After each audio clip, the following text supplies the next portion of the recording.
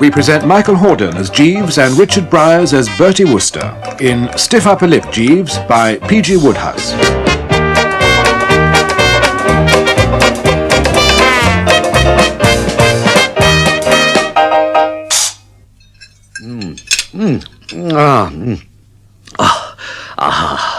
Back to a proper breakfast for Bertram Wooster, Esquire, of Berkeley Mansions, London W1. The tasteful kipper, the nourishing eggs and bee, the sustaining sausages, and now the toast thickly lathered with butter and marmalade. Wonderful. Jeeves! You called, sir? Now, yes, Jeeves. Could you do me another spot of coffee? Certainly, sir. I'll take the pot. Thank you, Jeeves. These breakfasts that Jeeves gives me. There's nothing like a standard Jeeves breakfast to stiffen the sinews, summon up the blood. Plenty of bounce to the ounce for the young master this AM. And the prop of the establishment has returned to his duties. What ho! Jeeves is back. Jeeves, my man, has been away for a while. Regardless of self, I lent him to go and be butler to my good Aunt Dahlia at Brinkley, her house in Worcestershire. She had a house party about to descend upon her, and her own butler, Seppings, suddenly seized up in the lower lumber region while uncorking a bottle of port in his own pantry. Aunt Dahlia almost seized up herself with laughter, tears and hiccups combined when she told me about it on the telephone. And it took Seppings a week in hospital and powerful machinery to get straightened out. And, well, Jeeves stepped into the breach and buttled in Seppings' place. And now Seppings has returned to Brinkley, and Jeeves has returned to me, and I have returned to good breakfasts. Jeeves, yes, fresh coffee, good. I've missed you this last week, Jeeves. It is kind of you to say so, sir. Welcome back to the old metropolis, the young master, the old grindstone. I bet you enjoyed swanking around as butler at Brinkley, eh? With footmen and parlourmaids obeying your lightest word, eh, Jeeves? Yes. How was it at Brinkley, by the way? A big party? You note that I was not invited, just you. Yeah, Mrs. Travers sends you her best wishes, sir. She was in her usual robust health. Well, you got her out of a jam, didn't you? I hope she thanked you with sackfuls of crisp banknotes. Is Anatole's cooking as good as ever? Who was there? Give me the hotline news from Worcestershire. How was Mr. Travers, my uncle, for a start? The demeanour of Mr. Travers cast something of a gloom over the proceedings. He was low-spirited, and I think his despondency was due principally to the presence of Sir Watkin Bassett. Bassett? Bassett? One of our vilest citizens. You don't mean that old menace was at Brinkley, but he's pure pot of poison to my uncle. You astound me, Jeeves. Yes, sir, I was myself surprised to see him there. What a man! No wonder my uncle was low-spirited. Well, who else was in the Brinkley party? Miss Madeline Bassett was there, sir, with her father, and Miss Stephanie Byng, with her dog, Bartholomew, and Mr. Fink Nottle. Golly! But not Lord Sidcup this time. Lord who? Lord Sidcup, sir. You knew him first as Roderick Spode. Then he inherited the title, and he is now the Earl. Yes, Spode, yes. A crony of Sir Watkin's. Wasn't Sir Watkin once going to marry Spode's aunt? In the servants' hall, this was still considered to be a possibility. And we know that Lord Sidcup regards himself as a sort of guardian of Miss Madeline Bassett, and very jealous and zealous of her welfare. Yes, indeed. When he thought Gussie Fink Nottle, her fiancé, was not being sufficiently attentive to her, he chased Gussie to the rooftops. Threatening to eviscerate him with his bare hands. Yes, sir. Eviscerate? Good Lord. Poor old Gussie. The country's greatest expert on newts, but not exactly the young Lochinvar with women. Perhaps Spode is really in love with young Madeline himself, but thinks his age a bar to making a declaration. There is that possibility, sir. Yes, more coffee, sir? Thank you, Jeeves. You say Gussie was at Brinkley last week, too. How was he, eh? Towing the line with Madeline, springing to her bidding, gambolling round her, spreading rose leaves out of his hat, singing beneath her window at midnight? The perfect lover, I hope. We know too well what happens when Madeline Bassett is disappointed in her fiancé. She reaches out for the old and tried. Bertram Wooster, sir. Quite. And Bertram Wooster would regard marriage to that soppy, starry-eyed young sentimentalist as a lot worse than death. You remember that she referred to the stars as God's daisy chain? Yes, sir. And she believed that every time a baby smiled, a fairy was born. These are grave faults, Jeeves. But spare me further examples of her whimsy, not just after breakfast. Ugh. Well, anyway, how was Mr. Pinknottle? He seemed low-spirited too, sir. Oh? Perhaps one of his newts had got tonsillitis or something? Conceivably, sir. You have never kept newts, have you, Jeeves? No, sir. Nor have I. Nor, to the best of my knowledge, has Winston Churchill or Jack Hobbs or the Archbishop of Canterbury, to name but 3 others. Well, it takes all sorts to make a world, Jeeves, I often say. Yes, sir. Will you be lunching in, sir? No, I've got a date at the Ritz. I see, sir. May I clear away the breakfast things now, sir? Yes, do so, Jeeves. Thank you, sir. If I may mention it, sir, I have noticed a strange hat in the hall. Perhaps one of your festive younger friends left it by mistake while I was away. No, Jeeves. It's mine. I bought it. It's called an alpine hat. Bluish, small rim, turned up over the left ear with a pink feather in the band. Very jaunty. You like it? No, sir.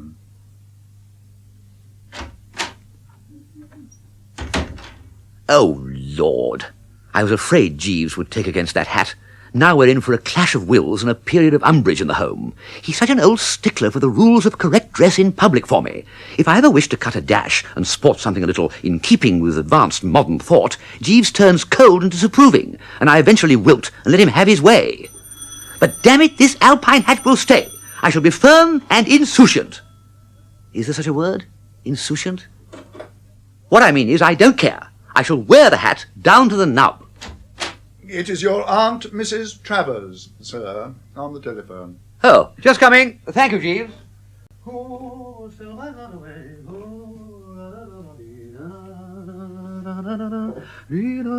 Hello? Bertie? Hello, Asian relative. Less of that, young Bertie. You're up and about, are you? I thought you'd be in bed and snoring. No, I've risen with the lark. And I think the snail, Jeeves? Sir? Coming, sir. Hang on, Auntie. Jeeves, didn't you once tell me that snails were early risers? Yes, sir. The poet Browning, in his Pippa Passes, having established that the hour is 7 a.m., goes on to say, "The lark's on the wing, the snail's on the thorn." Thank you, Jeeves. Stick around. I may need you to translate again. Hello, I was right, Aunt Delia. When I slid from the sheets, the lark was on the wing, the snail on the thorn. What the devil are you babbling about? Well, don't ask me. Ask the poet Browning. So Jeeves got back all right? Yes, looking bronzed and fit, yes. But he's taken against a lovely new hat I bought. What? I didn't say anything about hats. Why are we talking about hats? Jeeves was in rare form, butling for me here. Bassett was tremendously impressed. Jeeves has been telling me that man of wrath was at Brinkley. My good aunt, what madness led you to invite him, with Uncle Tom at home, too? I did it for Tom's sake. You speak in riddles. Explain, old thing. It's a new way of curing people. All the rage in Harley Street these days, I believe. Called I can't get the word. Jeeves will know. Well, it's like Hodgkin's disease. They found that can be cured by giving the patient arsenic. Aunt Delia, now you're babbling. Don't interrupt, young Bertie. Listen. Your uncle has been driven nearly insane by income tax demands again. You know how he hates parting with money to those wolves of the Inland Revenue. Well, I thought I'd produce something worse to take his mind off income tax. So I got Bassett here. And Madeline Bassett. And Madeline Bassett's fiancé, your fish-faced friend Spinkbottle, the newt fancier. But how did Uncle Tom react to all that? Jeeves tells me he seemed low-spirited. Yes, poor Tom suffered agonies, poor old buzzard. But I never heard another yip out of him about income tax. One day I'll tell you about Bassett's black amber statuette. Bassett has only recently acquired it over Tom's dead body again, sort of. Anyway, Bassett brought it here with him just so that he could watch Tom writhe with jealousy. Tom would give his eye teeth to have the damn thing in his collection. Bertie, why is it you always sidetrack me when I'm paying for the telephone call? 3 minutes. There, you see? And it all goes down on Auntie's bill, damn it. So shut up and listen. What I rang you up about in the first place was to say I'm coming to London the day after tomorrow and shall require you to give me lunch. Of course, old relative, of course. That's good news for the nephew who loves you. I shall expect you here shortly after noon, and Jeeves will strain every nerve to feed you as well as you'd get from your own great chef, Anatole. 12:30 Thursday, then. Hells, blinkers! Why do you keep me talking like this? Do you think I'm made of money? That was my Aunt Dahlia, Jeeves. Yes, sir. She has a carrying voice, even on the telephone. You heard we shall be giving her lunch here on Thursday? Yes. Now I must hurry out to lunch. What's all this about Sir Watkin Bassett's black amber statuette? It's a somewhat long story, sir. Apparently... Then don't tell me now. I shall be late at the Ritz. I must rush. Pardon me, sir. Are you proposing to enter the Ritz Hotel in that hat? Yes, Jeeves, I am.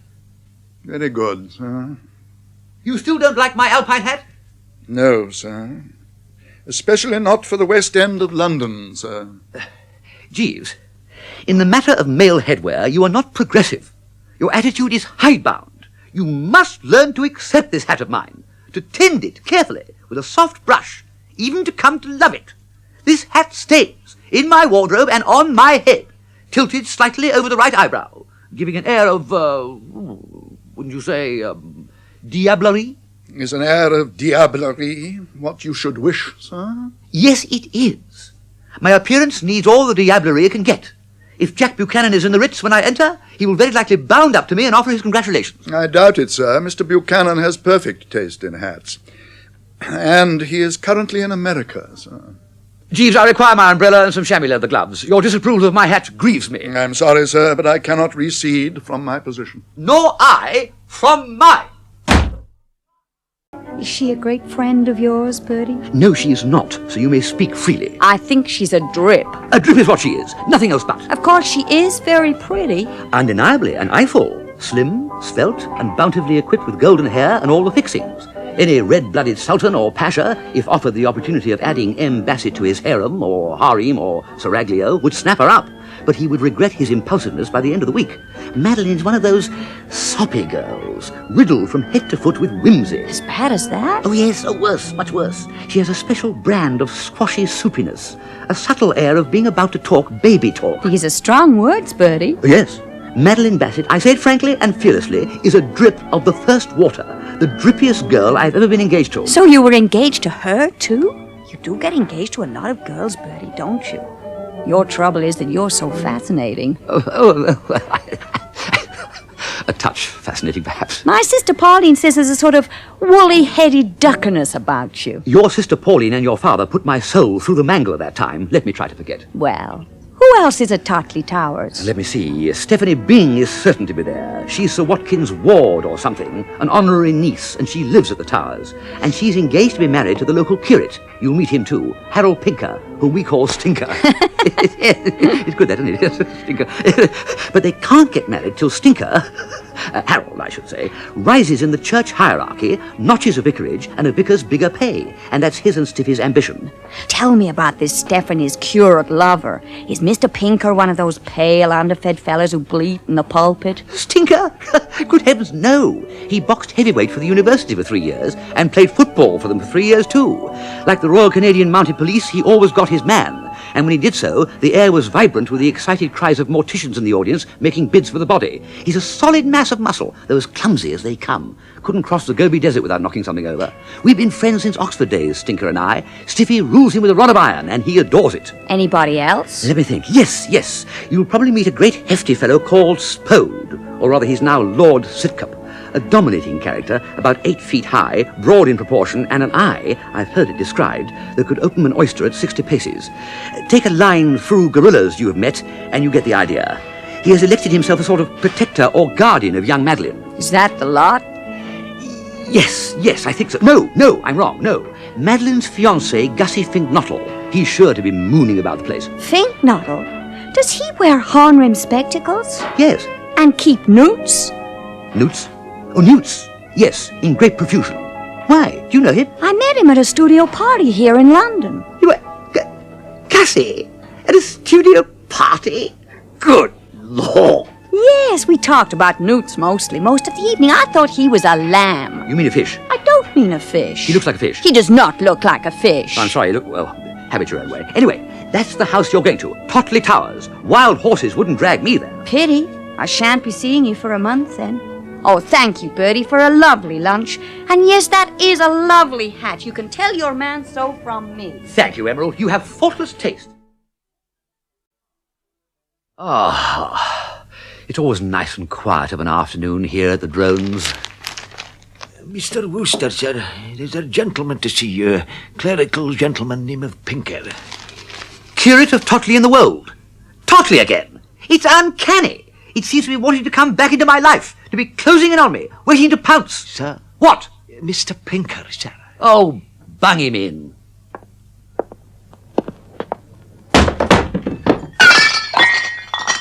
Hello, Bertie. I say, sorry, have I broken it? Only a glass, and it was empty anyway. Nice to see you, Stinker. Please sit down, Stinker. Thanks. What brings you to London? You look rosy and well-fed. All that country butter, I suppose. Do you have to give it up in Lent? Are you here on church business? No, football. I came up for a committee meeting of the Corinthians. I see your name in the paper from time to time, playing in their matches. Are you free for dinner? Sorry, I've got to get back to Totley. How's Stiffy? She's fine. And your parishioners? They're fine too. No schism on matters of doctrine? No choir boys smoking reefers in the churchyard? No. Has Pop Bassett given you that vicarage yet? He's got one in his pocket, hasn't he? The Totley and the Wold incumbent wants to retire, doesn't he? Yes. No, Sir Watkin doesn't seem to be able to make up his mind that I'm the right person to be a vicar. Something always happens to put him off. I think he was about ready to sponsor my preferment before he went to stay at Brinkley, but most unfortunately, I bumped into a valuable vase of his yesterday and broke it. It seemed to rankle with him, rather. And you can't marry young Stiffy till you get a vicar's stipend? No, and Stephanie worries about it greatly. Bertie? Yes? Bertie? Still here, old man? Are you busy just now? Well, not all that busy. You couldn't get away and come down to Totley for a day or two? Me? Go to Totley again? They'd set the dogs on me. No, sir. Bertie, there's something Stiffy wants you to do for her. I don't know what it is. I promised I'd persuade you to come. Stinker, you're crazy. In the first place, Pop Bassett thinks I'm next thing to a kleptomaniac and shudders at the thought that his daughter once decided to marry me. Madeline would invite you if you sent her a wire and suggested it. Sir Watkin lets her invite anybody she likes to the house. In the second place, Stinker, I know your beloved Stiffy. I love her dearly too, but as you yourself realise, she is a cross between a ticking bomb and a poltergeist, as loony a young shrimp as ever wore a windswept hairdo. I do not know, and you do not know, what it is she has in mind for me this time, but I bet it's something totally unfit for human consumption, and the answer to the young prune is no. N-O, no. No? No. You won't come to Totley? Not within 50 miles of the place. Stephanie will be terribly disappointed. You will administer spiritual solace. That's your job. Tell her these things are sent to trials. She'll probably cry, Bertie. Nothing better for the nervous system. Ask anybody in Harley Street. I'm sorry, Stinker, but the answer is no. Well, I must go and break the bad news to her. She'll blame me as well as you. Oh, sorry, Bertie. That's all right, Stinker. Have them on me. Hello? A taxi outside the flat, laden with luggage, and a head sticking out. Oh, it's Gussie Finknottle. Paid me a flying visit, what? Emerald was quite wrong, you know, saying he was a lamb. I mean, look at that face. Look at it. It's a fish. It's got to be a fish. A halibut with horn-rimmed spectacles, absent without leave from a fishmonger's slab. Hello, Gussie. Hello, Bertie. I'm just off. I left a message with Jeeves. Your aunt wanted me to remind you that you're giving her lunch on Thursday. Yeah, she telephoned me about it. Come in and have some orange juice. I can't, I'm sorry. I'm on my way to Totley, and I must catch the 4 o'clock at Paddington. Really? Well, look out for a friend of yours who'll be on that train, Emerald Stoker. Stoker? Stoker? Emerald Stoker? Yes, girl with freckles, American. Looks like a Pekingese a bit. She says she met you at a studio party and you talked about newts all evening. Yes, now I remember, yes. She used to keep newts herself when she was young, only she called them guppies. Would it be nice seeing her again? I don't know when I've met a more attractive girl. What? Except Madeline Bassett, of course. When are you and Madeline going to get married, Gussie? Don't talk to me about Madeline. Madeline makes me sick. Ugh. Look, I must go. Paddington Station, please, driver.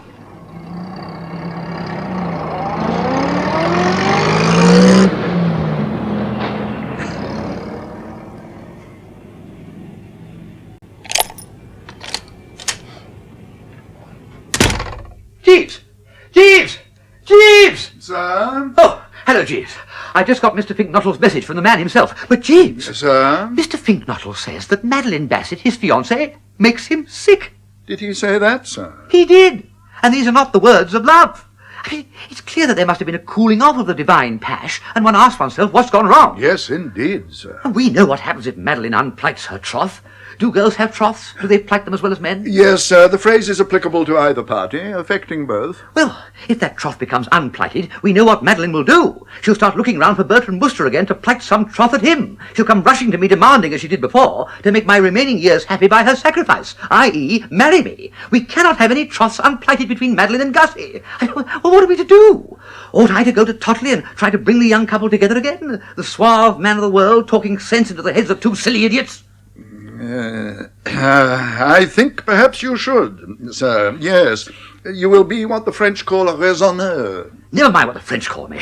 I shall take your advice, Jeeves. God, here I am, having sworn myself black in the face that I have nothing more to do with Totley ever, and now I'm going to wire Miss Bassett asking if she'll invite me to the awful place. The flesh creeps briskly at the thought of meeting her father and Spode again. It'll be like stirring up a hornet's nest with a fountain pen.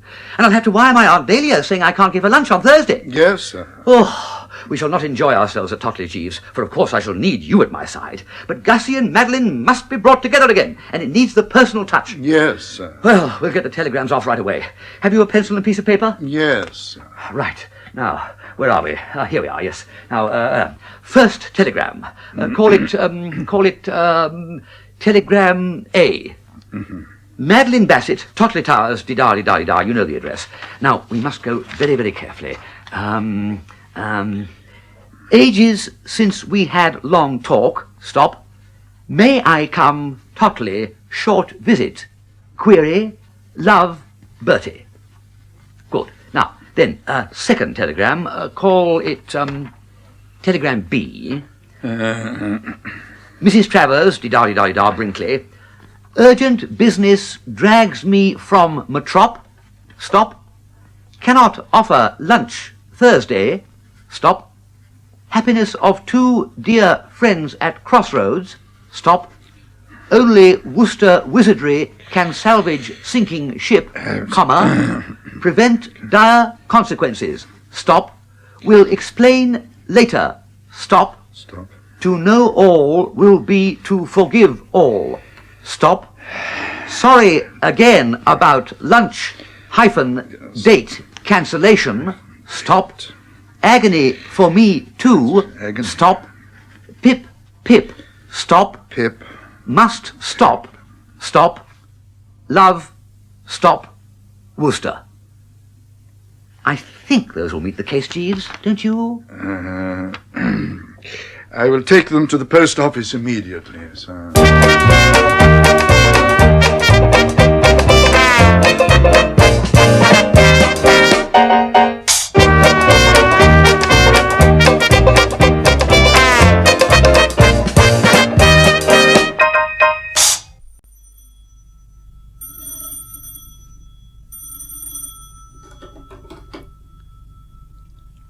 Good morning, madam.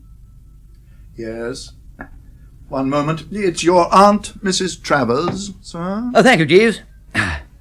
Hello, old ancestor. Nice to hear from you again. Bertie, you foul blot on the landscape! What's all this about cancelling my lunch with you on Thursday? Can you hear me? Hello, Aunt Elia. Yes, I can hear you, loud and clear. I'm sorry about that lunch, but duty calls me to Totley Towers. There's something wrong with this blasted connection. It sounded as though you were saying you were going to Totley Towers. I am. To Totley Towers? I shall be leaving shortly. Jeeves is packing now. And what in the world made them invite you? They didn't. I invited myself. You mean you are deliberately seeking the society of Sir Watkin Bassett? You must be more of an ass than even I ever thought you.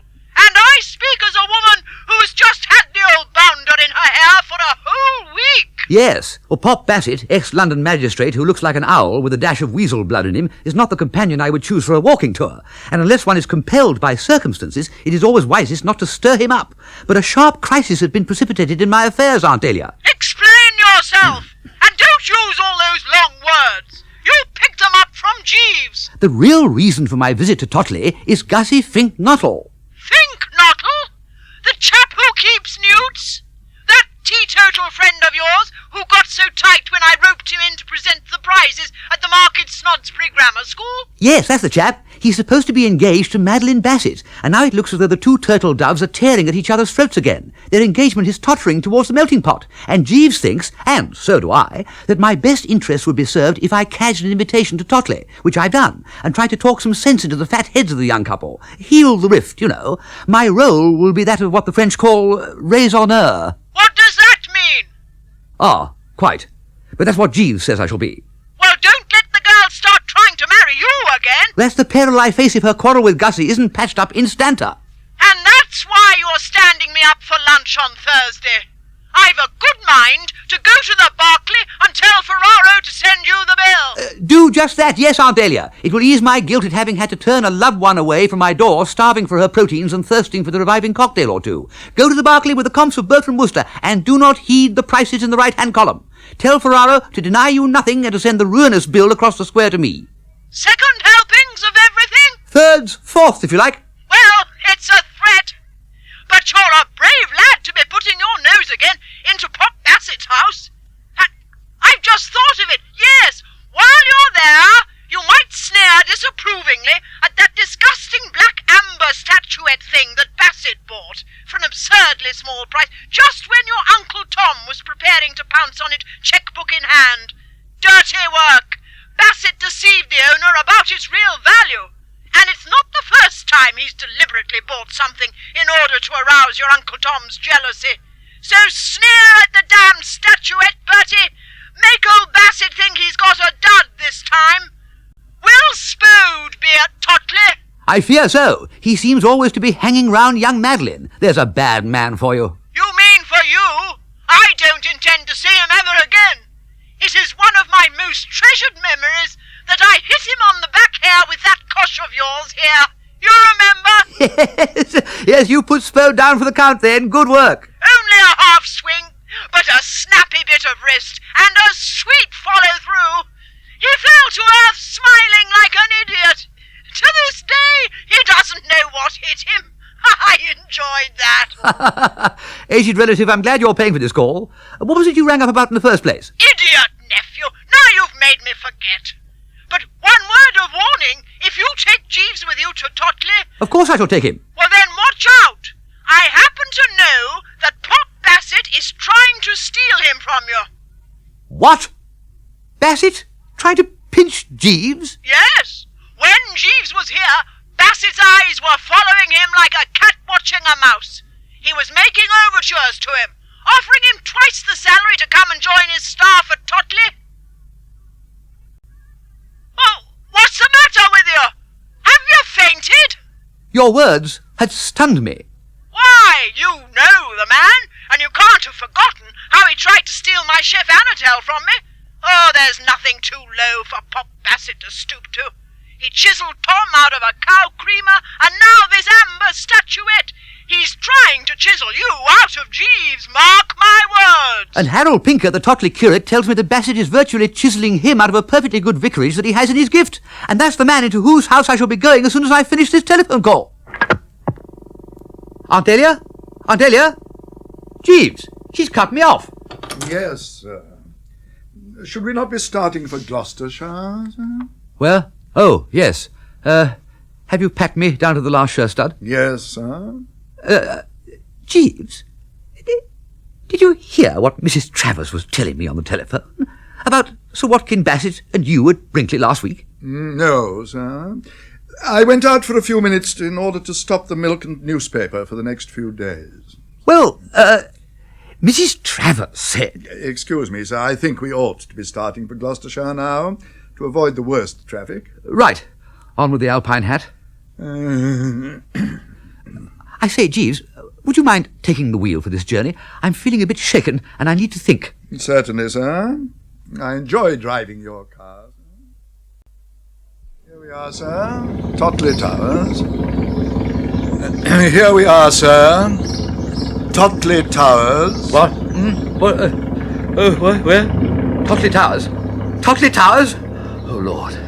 I swore I'd never come near the place again. I hope we're in time for tea, Jeeves. Will you take the car round? I'll see you later when you've unpacked. Very good, sir.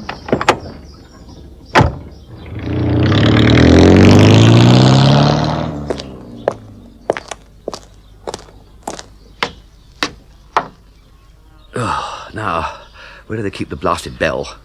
Ah, yes.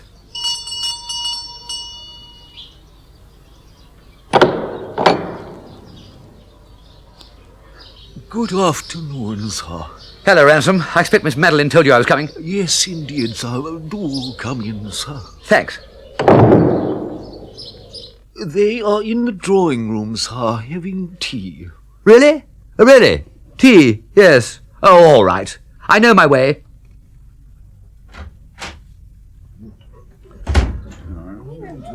Oh, Lord. The whole gang of them at the trough.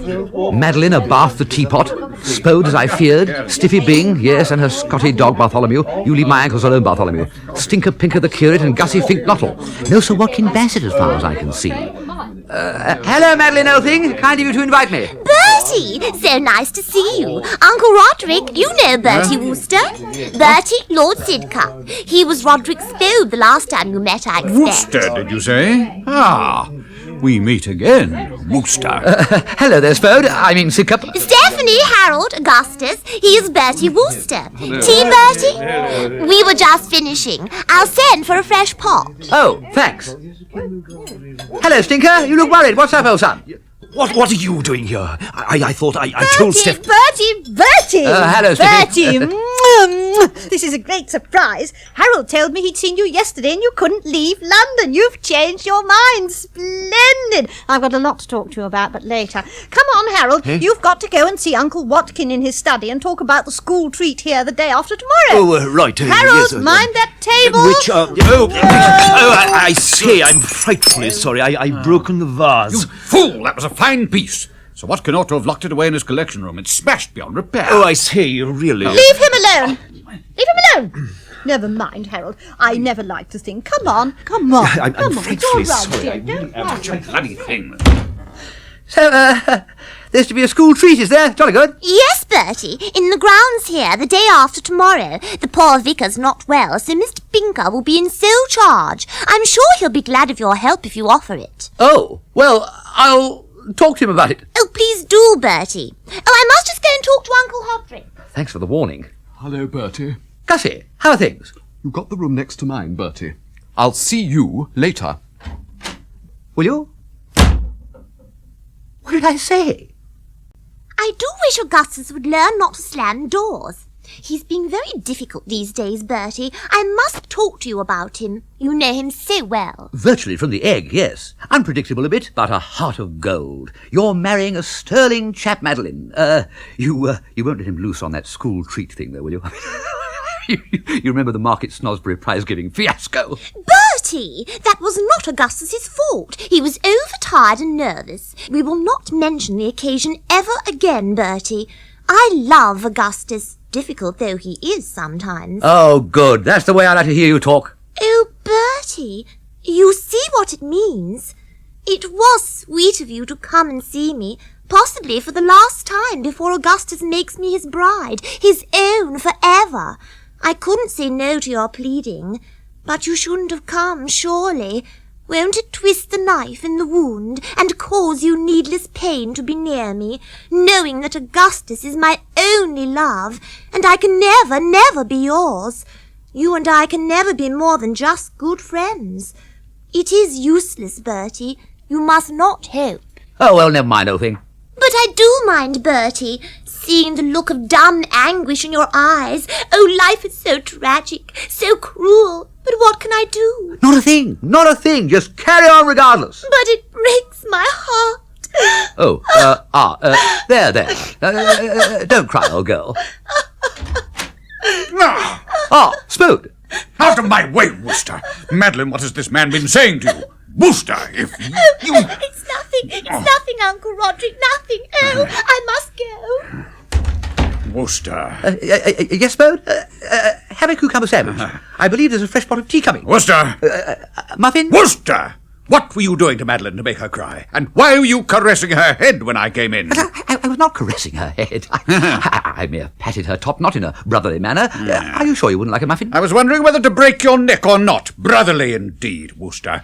I was amazed when I heard from Madeline that you had had the effrontery to invite yourself here. Your motive, of course, is clear. You have come to try to undermine Madeline's faith in the man she loves, and sow doubts in her mind. No doubt you'll say that your love for her was so overpowering that you couldn't resist the urge to tell her and to plead with her. Utter nonsense! Despicable weakness!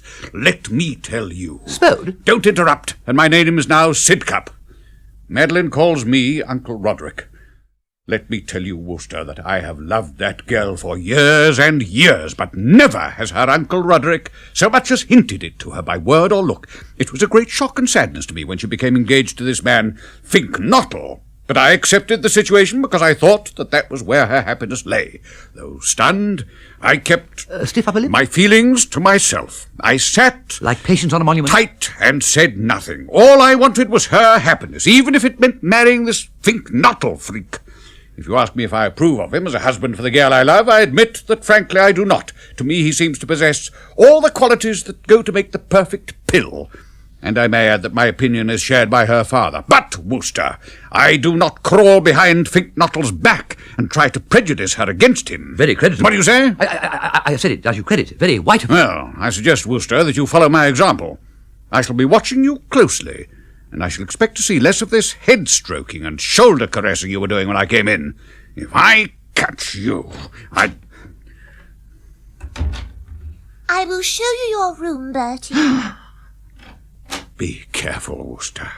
Be very careful. What did Uncle Roderick mean about your being careful, Bertie? I can't think. Afraid I might slip on the stairs, do you think? You sounded as though he was angry with you. Had you been quarrelling?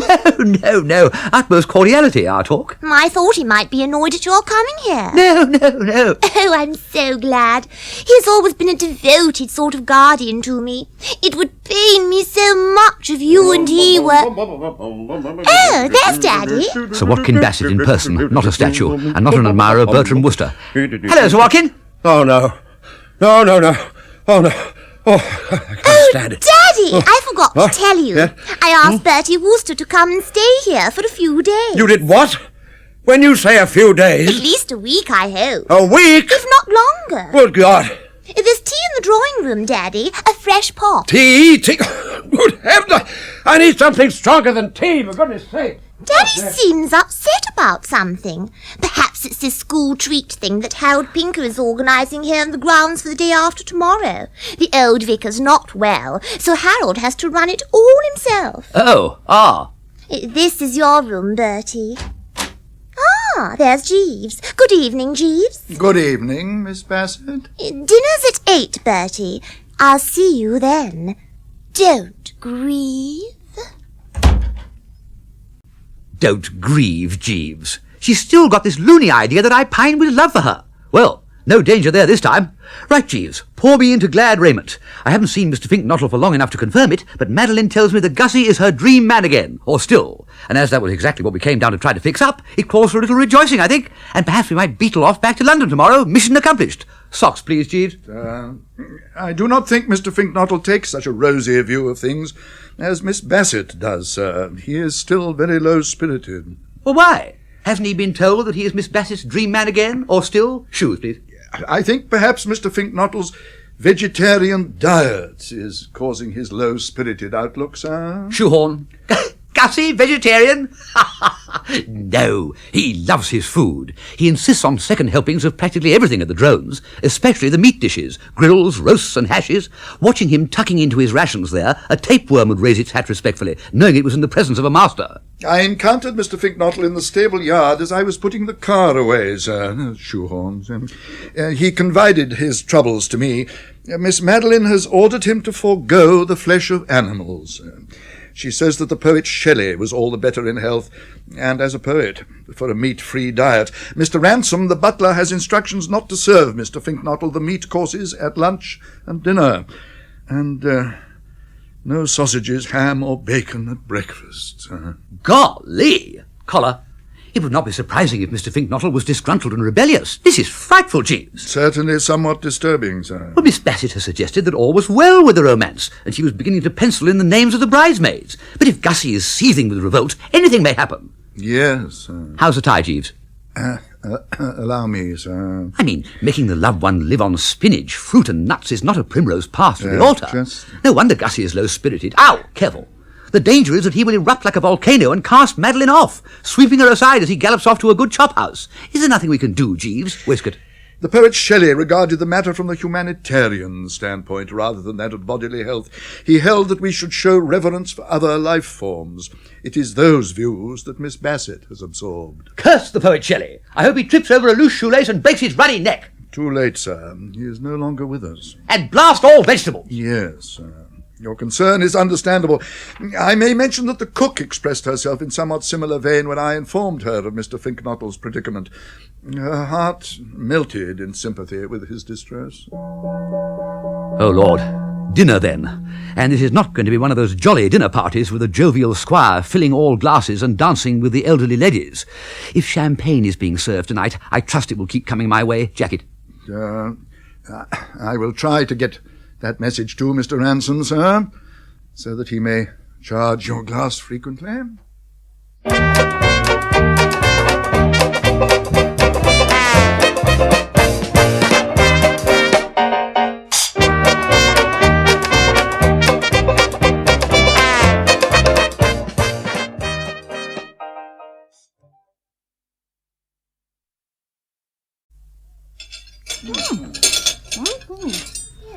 Well, Stiffy, it's nice to be sitting next to you. Is Stinker not of the dinner throng? I wish you wouldn't call Harold Stinker.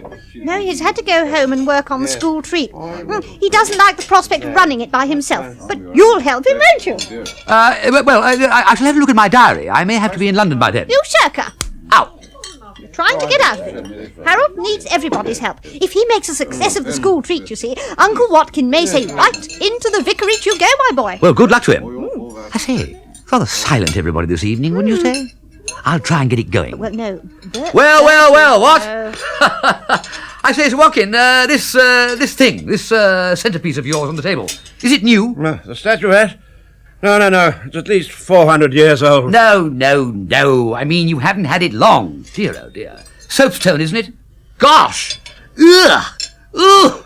It looks like the end man at a minstrel show. What a face! It's African, and it's black amber. Very rare. It's the latest addition to my collection.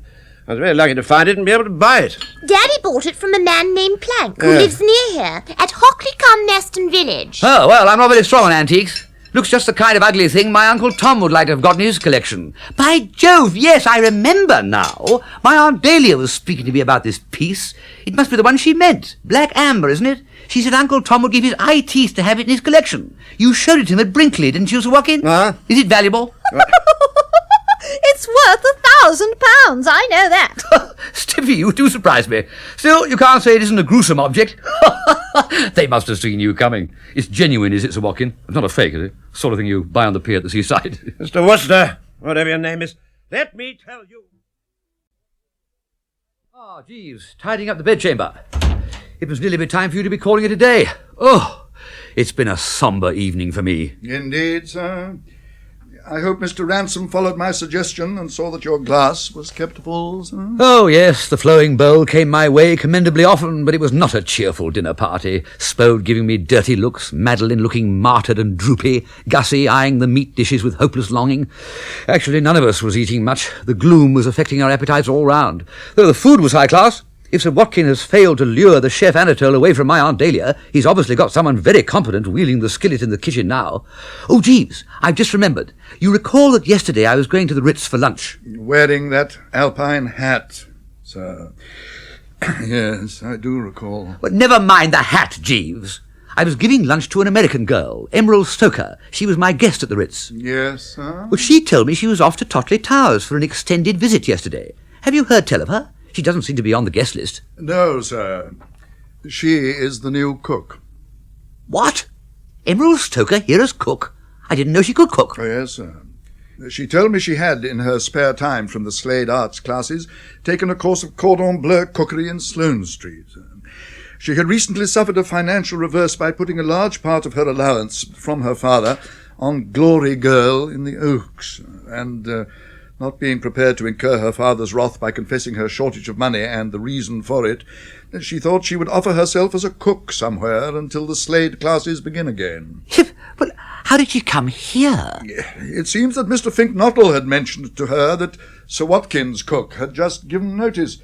So Miss Emerald came down and offered her services, and Miss Madeline took her on, just for the month. Oh, what a girl!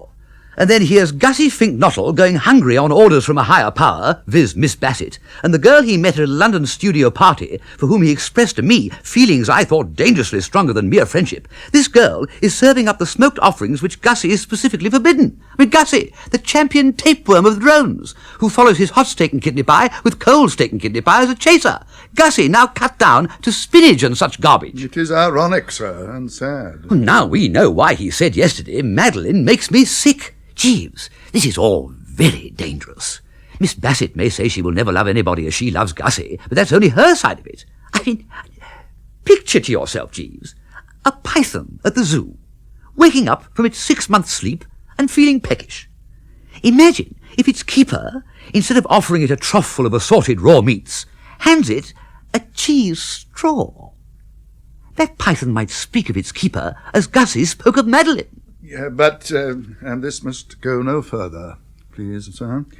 The cook, Miss Stoker, was much moved on hearing of Mr. Finknottle's distress, and she instructed me to apprise Mr. Finknottle that if he were agreeable to visiting the kitchen at some late hour, when the household had retired for the night, she would be happy to supply him with cold steak and kidney pie, sir. Jeeves! This is wonderful news! It could avert the peril that was threatening the Bassett-Finknottle axis. I know Gussie from soup to nuts.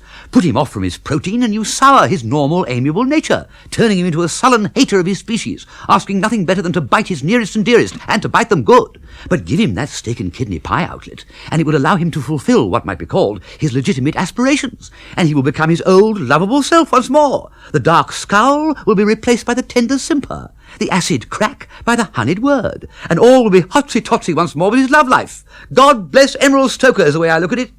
Let us hope you are right, sir. Oh, there's a good girl, Jeeves.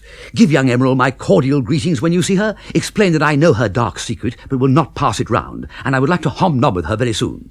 Miss Stoker is teaching Mr. Ransom, the butler, how to play piquet, and he is, foolishly in my opinion, flattered into thinking he will be able to play her for money soon. I hope she skins him to the bone. Good night, Jeeves. Good night, sir. I will bring you your tea at the usual hour tomorrow morning, and I will assume that you will wish to breakfast here in your room too. Yes, indeed. Good night, Jeeves. All that talk of cold steak and kidney pie made me realize that I had eaten practically nothing at dinner, what with all those agonized glances going about. Well, if there was a cold steak and kidney pie for Gussie in the kitchen, why not for Bertram? Gussie wouldn't have hogged it all.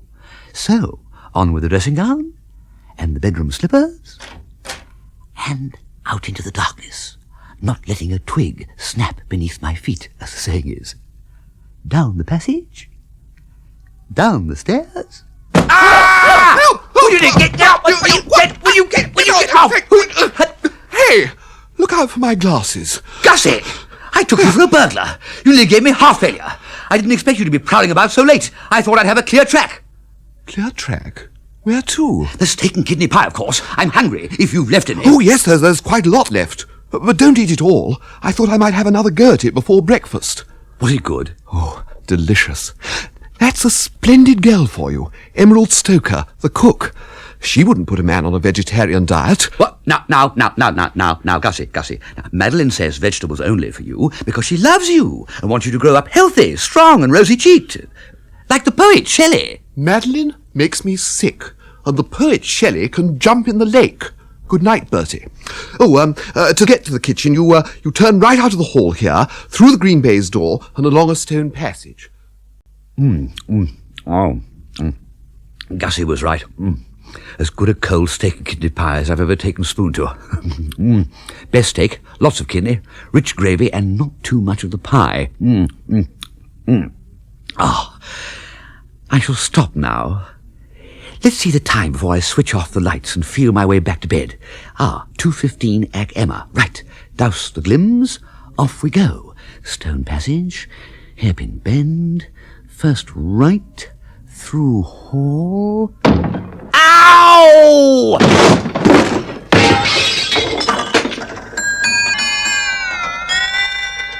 Oh, golly. That must be a grandfather clock. Who put that there, for God's sake? Hello. Someone switched the light on. Mr. Wooster? Good morning, Sir Watkin. Awfully sorry. I came down to borrow a book. Any book. And I must have bumped into this clock in the dark. And? Well, it toppled over. Might I ask why you were conducting your literary researches in the dark? It would surely have been within the scope of even your limited abilities to press a light switch. Yes. Yes, it's hardly an answer, Mr. Wooster. That is, was a valuable clock. Almost a museum piece. It belonged to my father, who was in the diplomatic service. He took it with him from post to post. Rome, Vienna, Washington, Paris, Lisbon. You would have thought, when it came to Totley Towers, it would have earned a secure retirement. Sorry. But oh no, it hadn't encountered its supreme test. Mr. Wooster looking for a book at 2:30 in the morning in the dark. What's that scratching at the door? Open it, will you? Well, don't just stand there on the face of my clock, for heaven's sake. Yes. Here, I say, Stiffy's Aberdeen Terrier, Bartholomew. What are you doing here this time of night on your own, Bartholomew? Where's your mistress? Get away from my ankle! Ow! Mind out, Sir Watkin, mind out! It's safer up here on the chest of drawers. I know that growl of Bartholomew's. Go away, Bartholomew! Go away, Bartholomew! Where's Stephanie? Yes, he has a good set of teeth, hasn't he, Sir Watkin?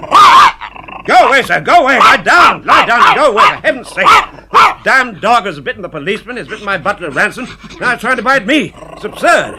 Knows me perfectly well, we meet every day. And where is Stephanie, for heaven's sake? Lie down, sir.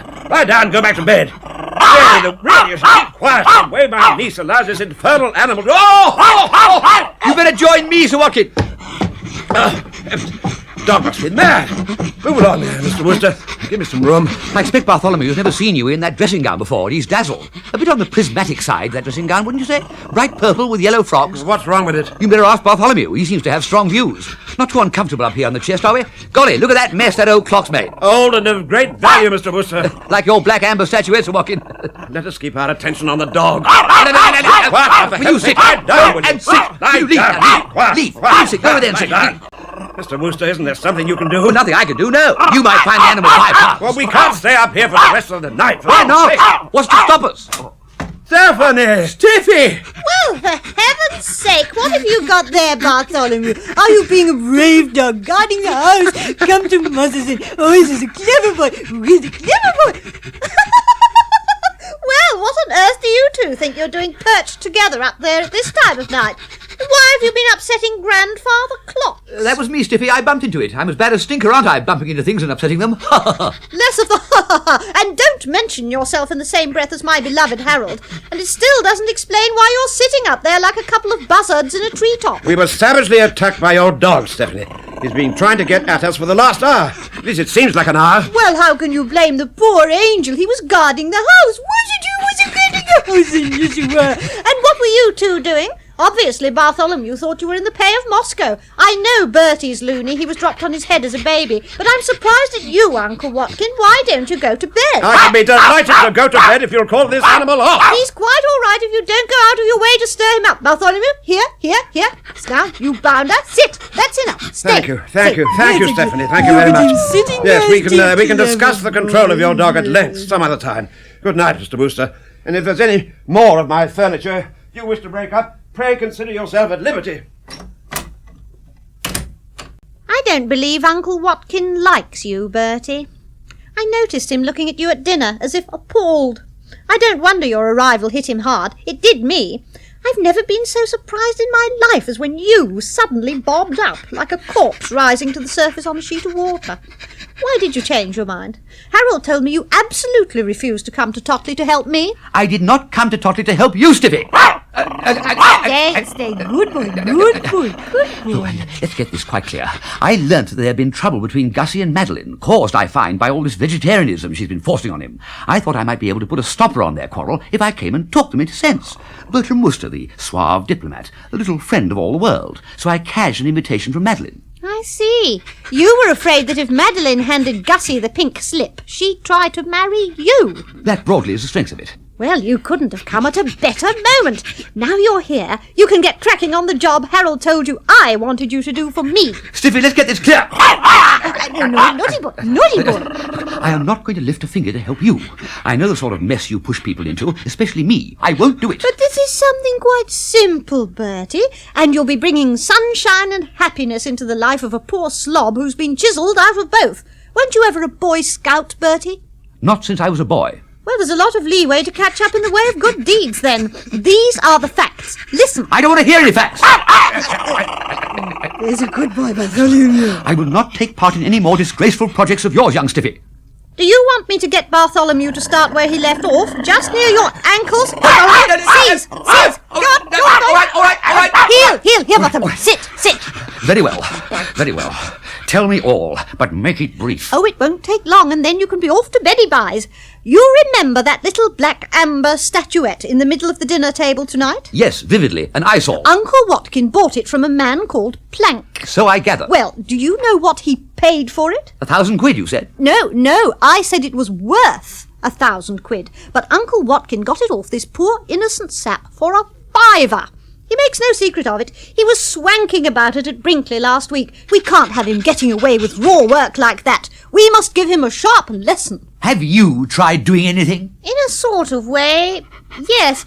I arranged that Harold should preach a very strong sermon on Naboth's vineyard.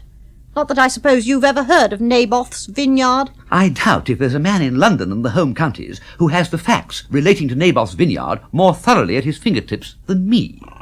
The news may not have reached you, but when at prep school I won a prize for scripture knowledge. I bet you cheated. Not at all. Not at all. Sheer merit. Did Stinker cooperate on this Naboth's vineyard sermon thing? Yes, he thought it was a splendid idea and went about sucking pastilles for a week so as to be in good voice. The set-up was the same as the play in Hamlet. You know, with which to catch the conscience of the king. Yes, I see the strategy, all right. How did it work out? It didn't. Harold lives in the cottage of Mrs. Bootle, the postman's wife, where they have only oil lamps, and the sermon was on the table with the lamp on it, and Harold bumped into the table and... Trust Stinker, of all the web-footed muddlers. What do you mean, trust Stinker? And who's a web-footed muddler? I mean, trust Stinker to be disappointed. To disappoint you. Right, I'll accept that. Sit, Bartholomew. And the web-footed muddler bit we'll strike from the record. That from you, indeed. Anyway, now we've got to handle the problem another way. We? Yes, you and me. You see, I'm confined to barracks for a stretch, and I'm not allowed out of the grounds. Punishment, because Bartholomew bit Ransom the butler. You didn't mean to do that, Daddy. Put his foot in your little mouthy, didn't he? And Uncle Watkin has already fined me to the limits of my allowance this month, So I want you to pinch the statuette and take it back to the man Plank in the village of Hockley-cum-Meston. That's where he lives, apparently. Plank can then sell it to your Uncle Tom, or to my Uncle Watkin if he likes, at a proper price, when you tell him what the proper price is. Oh, my dear Stiffy. Less of this, my dear Stiffy stuff, Bertie. You're always pinching things, aren't you? Policemen's helmets, things like that. Uncle Watkin is always saying so. Only on boat race night and when the heart was younger. My answer to your suggestion now is no. No? N-ruddy-o! Oh, you're a blighter, Bertie. But a blighter who knows his own mind and is not to be shaken by argument or plea, however specious. Oh dear, oh dear, oh dear. I did think I wouldn't have to tell Madeline about Gussie and the cook and the steak and kidney pie. What? Yes, Bertie. I too have been up and about this exciting night. Stiffy? Yes, Bertie. The thought occurred to me that if Madeline, his fiancée, who had put him on a vegetarian diet, heard of what I saw, She would give him the bum's rush before he knew what had hit him. And that would mean... Yes, Bertie. Oh, my sacred aunt, Madeline would reach out for me. Exactly, Bertie. Blackmail, Stiffy. That's what you're pulling on me. Blackmail! Yes, Bertie. After Diamond's a girl's best friend. You've got me by the short hairs again, you young fiend. That's my little man. The whole thing's frightfully easy. All you have to do is to lift the foul object off the dining room table and smuggle it out to Hockley cum Meston. Find this plank and restore him his treasure. Think how his face will light up when he sees you walk in with it, and tell him he's been chiselled by Sir Watkin, and here the thing is back. My hero, I expect he'll say. Won't he say that, Mother Louise? My hero, that's what he'll say. Ugh.